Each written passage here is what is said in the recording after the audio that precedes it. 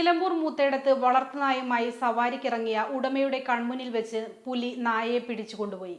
മൂത്തേടം കൽക്കുണ്ടം തുണ്ടത്തിൽ റോബിന്റെ നായയാണ് കൺമുന്നിൽ വെച്ച് പുലി പിടിച്ചുകൊണ്ടുപോയത്.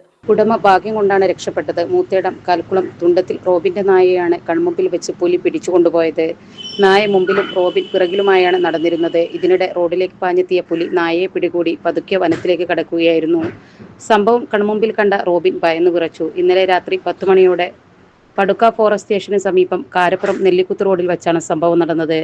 നിലമ്പൂർ നോർത്ത് ഡിവിഷന് കീഴിലെ വള്ളുവാശ്ശേരി ബീറ്റിൽ ഉൾപ്പെടുന്ന സ്ഥലത്ത് വെച്ചാണ് പുലി നായയെ ആക്രമിച്ചത്. എന്നാൽ വിവരമറിഞ്ഞ നാട്ടുകാർ സൗത്ത് ഡിവിഷന് കീഴിലെ പടുക്ക ഫോറസ്റ്റ് സ്റ്റേഷനിലെത്തി വനപാലകരോട് വിവരം പറഞ്ഞെങ്കിലും നിരുത്തരവാദപരമായ സമീപനമായിരുന്നു ഉദ്യോഗസ്ഥർ സ്വീകരിച്ചതെന്ന് റോബിൻ പറഞ്ഞു.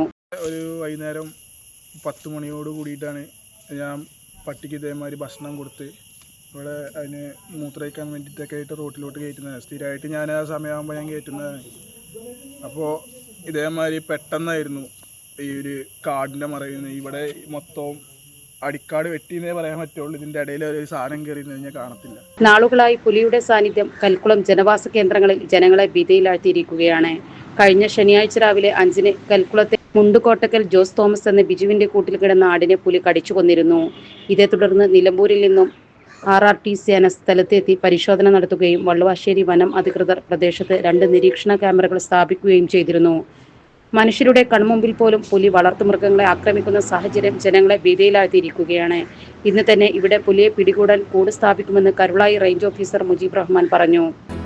നമ്മുടെ സംതൃപ്തിയേക്കാൾ വിലപ്പെട്ടതാണ് നമുക്ക് വേണ്ടപ്പെട്ടവരുടെ സന്തോഷം.